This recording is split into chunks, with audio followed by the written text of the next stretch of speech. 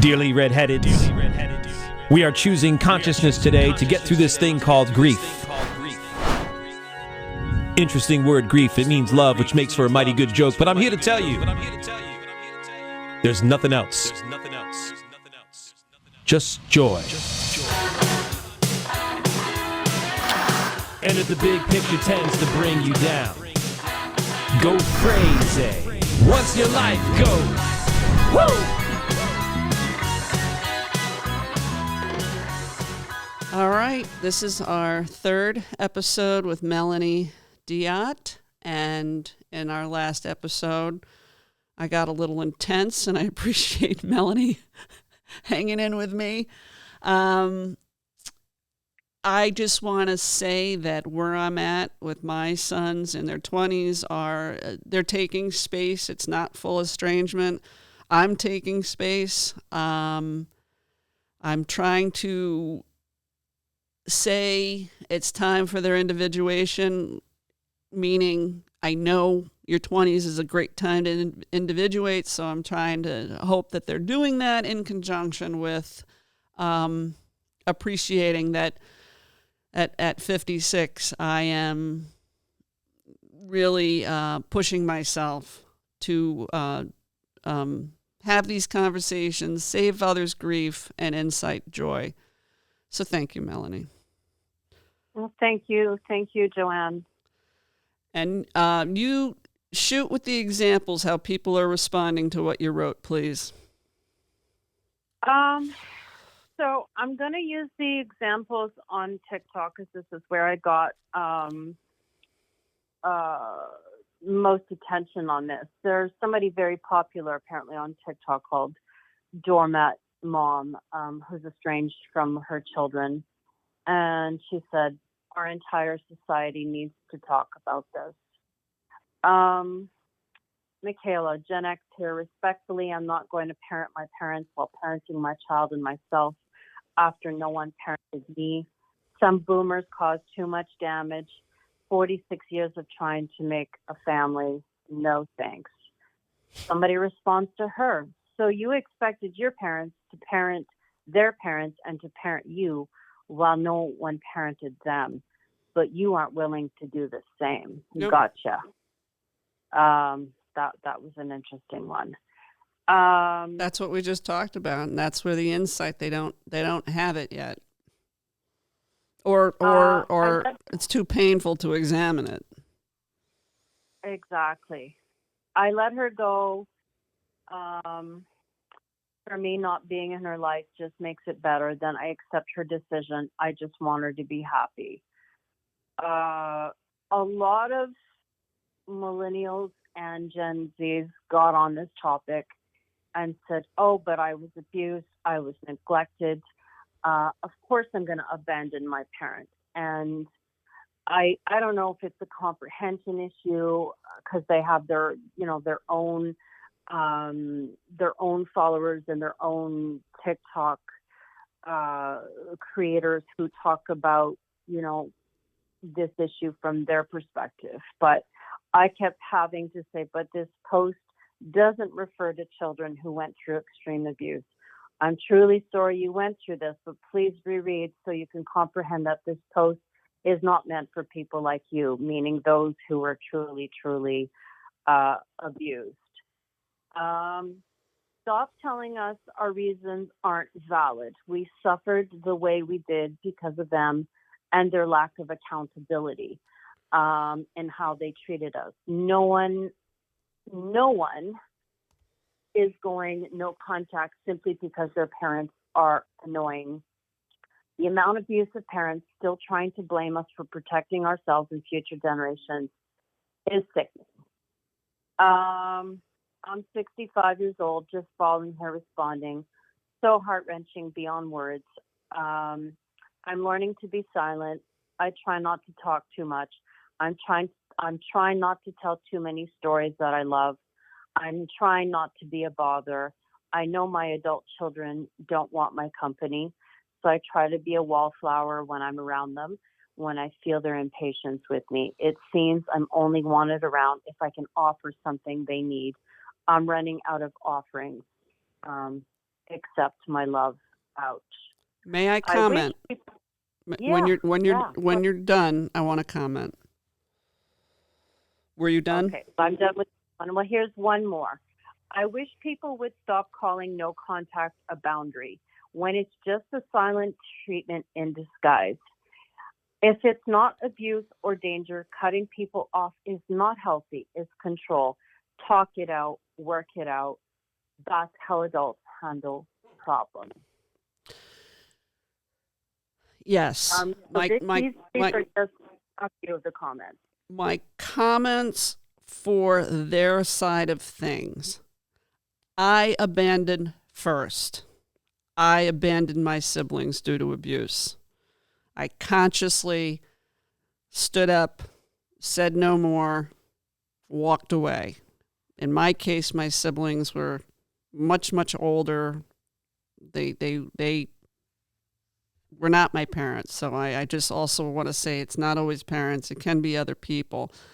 So I led by example by abandoning first. So they have that, my kids have that to see, because I had said, have relationships with all these dysfunctional people that I had dissociated from the abuse. And then when I realized I had things to work on and the abuse kicked in, I was well into my 40s and said, hey, you know those people that I've encouraged you to have relationships with? Well, I'm not having relationships with them anymore. They weren't very kind to me. So that is going on, as well as this manifestation of covert abuse. More of those kids today are responding to what was done emotionally, psychologically, and in a covert way than the actual physical abuse. So when we reference our history of being abused greater than they were, they have an argument if you believe covert abuse is worse than overt. It all is horrible. But even the person... It's all abuse. Even the person that survives overt abuse, covert abuses, because they haven't addressed it. And so I'm on the side of taking space and reevaluating to determine what really happened and to decide how unforgivable it is. But we have to have this greater understanding amongst ourselves to understand why that generation is estranged. And by the way, men have been more estranged than women from their children for decades. The reason why it's a hot topic now is it's affecting more women. Men got put on the back burner. It wasn't unusual for a man to be estranged from his children. Yes. You and I talked about that. And one thing I find really interesting is a lot of the Gen Z hopped onto my post by saying, there's no way that a child or an adult child would estrange or go low contact with a good mother. I was completely disheartened to see that, because I've heard so many stories from so many mothers who were just estranged for what I perceive to be ridiculous reasons. I get it, but I still think the healing comes more from the accountability. And I'm not saying I don't, and I mean as a mother, I was a great mother, but both sides of my family, meaning my family and my in-laws, are, sitting there waiting for me to do something wrong. And that's the way it's been for years. And I'm asking my kids to see through two dysfunctional families and see me. And that's a lot to ask of these kids when we stand up to our dysfunction. They have to be able to not only see themselves first, then maybe they can circle back and say, woo, that was a hell of a battle because it was covert. Am I making sense? Yeah, but after reading some of these comments, it just also made me realize that, this generation needs to hear more about tolerance, empathy, family values, the importance of keeping family together, and not out of obligation. I don't believe it's out of obligation, but mutual support, right? Like a give and take as parents age, helping them on their journey as new versions of themselves. I think you and I spoke about this topic too, but feel kids, especially maybe moms, that kids don't often see us as human beings beyond the role of a mom. Right. They expect perfection, but we're women, we're girlfriends, we're wives, we're lovers, we're sisters, we're friends, we are entrepreneurs, we're podcasters, we have flaws, we have feelings and growth of our own. Well, that we're on the same team here, but my mother didn't have honest relationships with my other siblings that were boomers. She only had it with me, the Gen Xer. She fawned her sons. I once asked her, when I had separated from my siblings due to abuse, I once asked her with one brother in particular, I said, why do you fawn him? You know what fawning is. And she said, because if I don't, he won't talk to me. And I looked at her and I went, I was doing it too, to largely the men in my life, but there it was. So these honest relationships that you're asking for to see us as women, our generation is the first generation that is screaming that language. So the fallout that's happening as a result of saying, I'm a woman too. The boomers didn't do that. Silent generation didn't do that. They genuflected to the patriarchy. As did men. I mean, the lovely difference between a matriarchy and a patriarchy is valuing children and parents. The patriarchy has taught us to not value children and parents at the expense of, do you know what I'm trying to say? I grew up a capitalist. I grew up, wanting to thrive under patriarchy, and I didn't figure out that I couldn't until I had already repeated the mistakes with my boys. I agree. Listen, we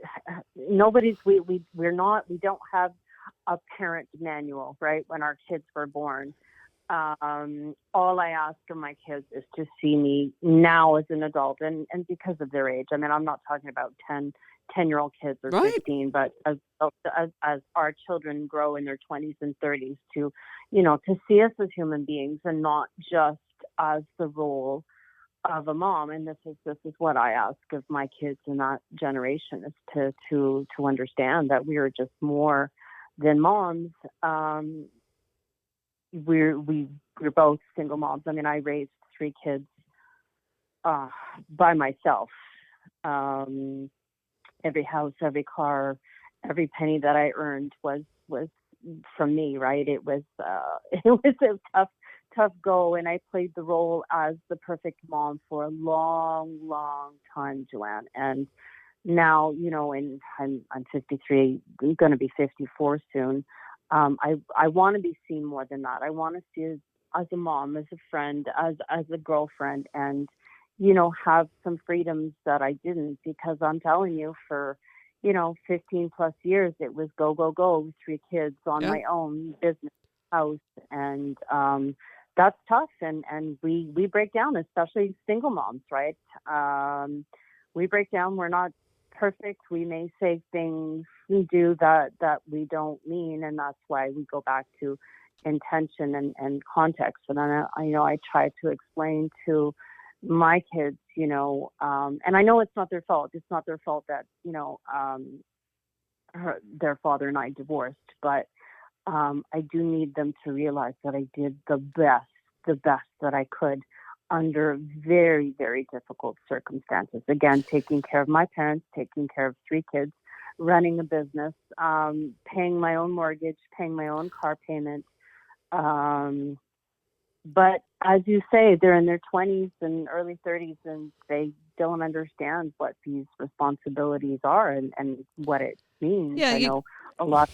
Yeah, Sorry, go ahead. I don't need that from my kids. I don't want that from No. them.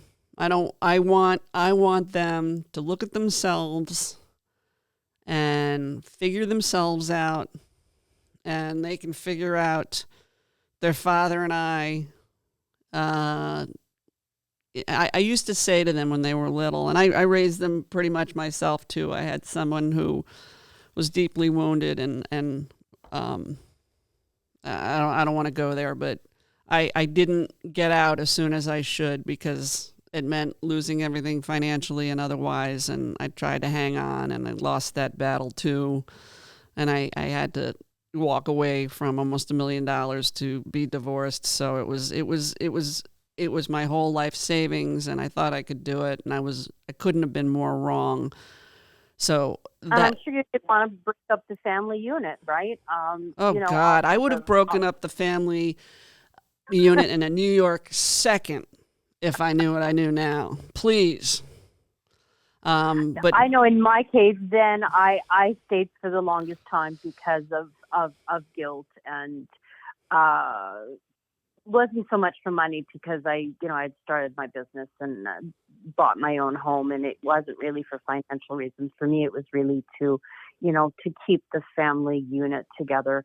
I grew up in a dysfunctional family. I did not want my kids to have the same thing, but then realized it's just not. I think divorce is underrated. Yeah, it should be about co-parenting. It really I mean, and I did not. The only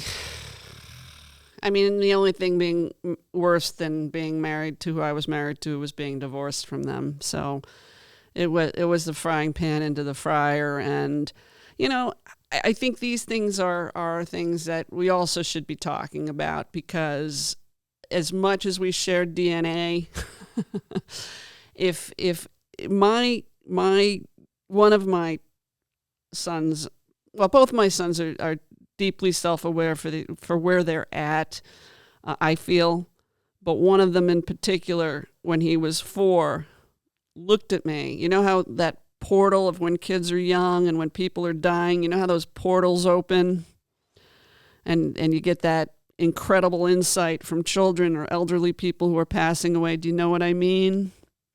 Yes, I do. So my son was probably 4. And I had been crying for a couple of days over shit that was going down, and I begged my ex-husband to give him, my 4-year-old, something to understand what was happening in our household. And he looked at my 4-year-old and he said, "Daddy lied to Mommy." And my 4-year-old took his finger and pointed at his father and said, "Don't do it again." And then my 4-year-old said to me, "He doesn't love you." Wow.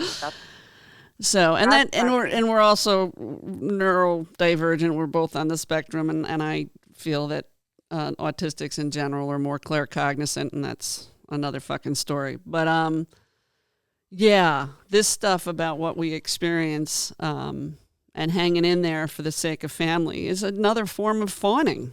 That's all it is. People promote fight, freeze, and fight, flight, freeze. But I think fawning is the worst. The worst. And you mentioned about being a single mom. I always try to include men in this. Being single parents. I do not think the male journey has been any easier than the female journey. I think men have really, let's just say, in my opinion, it had to happen to a man for it to happen to a woman. Guys were losing their shirts in courts and their kids in courts long before it started to happen to women. Things are, we need to work on the energies between us so it is more harmony, so we can even... Yeah, we have to have empathy for men as well, Joanne, definitely. And I just want to, part of posting this, these are really, really heavy conversations. I'm so glad that I can have it with you. I don't know about you, but, I'd like to continue on this journey and talking about family estrangement and the different generations, and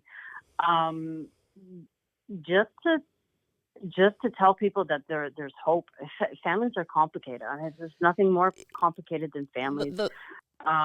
Relationships aren't perfect.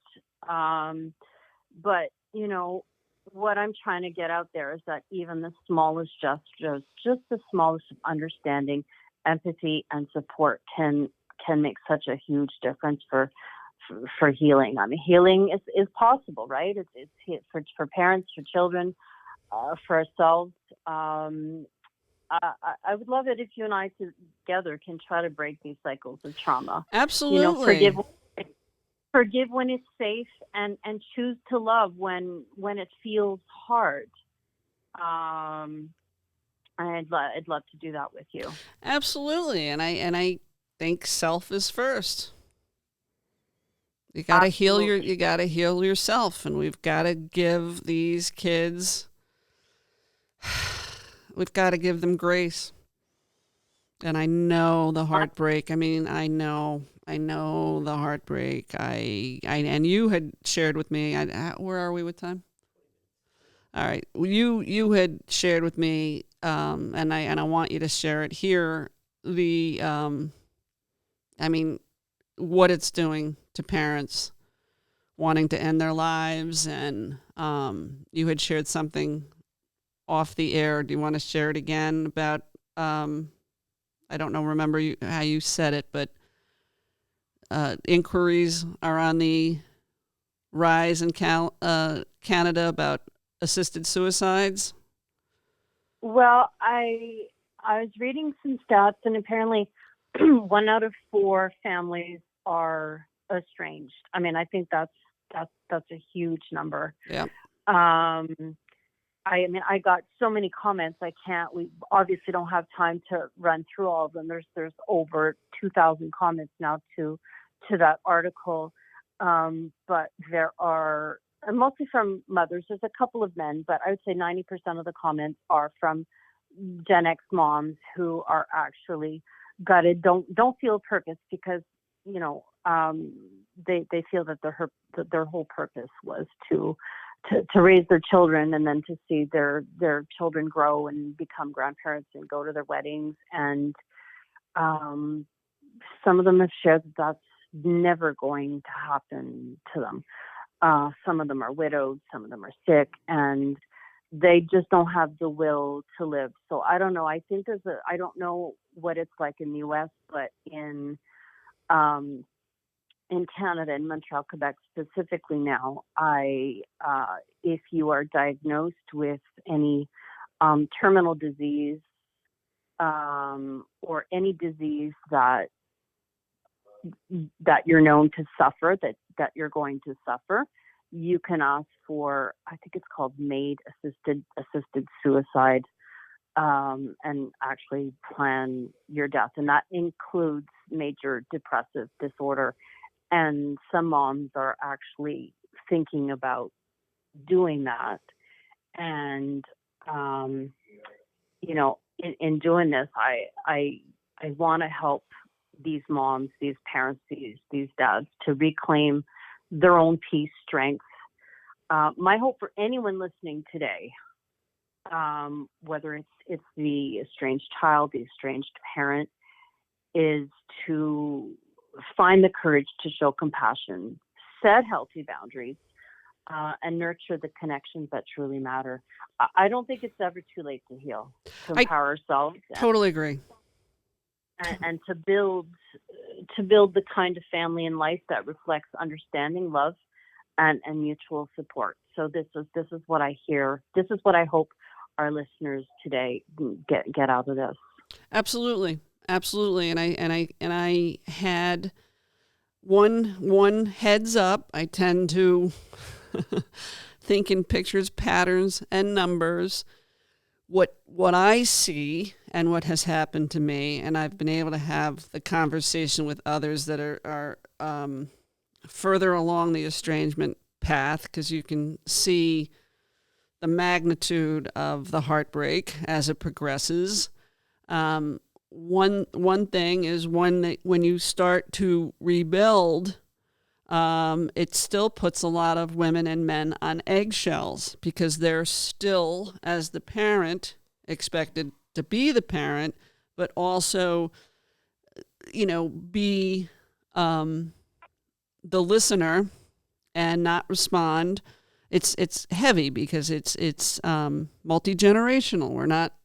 We're not just, this is taking generations. So no, it's multi-generational, and I mean, some of the comments are saying this is an epidemic, right? When we have stats that 25% of the population are estranged from their young adult children. This is it's mind blowing and it's heartbreaking, and it needs to be repaired. Right. And my point is, when I have, and I'm being coy, but I have a way of communicating with my sons, and the way that we've chosen when something is brought to me. There was something brought to one of my sons by one of my abusers, and my abuser is dissociated from their abuse. So what he brought to my son was his abuse, and got the empathy of my son. Let's just say, I'm being very coy, but I'm less interested in my personal situation and more interested in having this help somebody. So when my son brought it to me, I was happy that he's, essentially encouraging those that abused me to justify why. But what I said to him was that it's great to forgive me, forgive him, forgive whoever, but we have to forgive ourselves. And I put it back on my son to say that person's journey is to forgive themselves. Mm-hmm. And they're in their 70s and they've dissociated from their own abuse. So it just adds to the depth of the issue. Because if you want a relationship with me, and I certainly want the relationship, but I don't want it on eggshells. I am not reconciling with my abusers. It's not happening. And you have relationships with those people. And that brings up another issue, whereas if you know your mother was abused and you have relationships with her abusers, I am fine with that. A lot of women aren't. A lot of women say, if you side with my abusers and they look at it as a sides issue, I don't want a relationship with you. And that's what causes some mothers to step away from the relationships, parents. Do you see what I've seen others estranged from their kids because they sided with the dad or choose to live with the dad and say, well, your dad was my abuser. How could you choose him over me? Right. I see that a lot too. Right. Thank you for listening and supporting Natural Born Redhead. If you follow the bouncing balls, please like and subscribe. If you know someone interested in sparing others grief and inciting joy, message me on Facebook or reach out via my website, Natural Born Redhead. J Ma.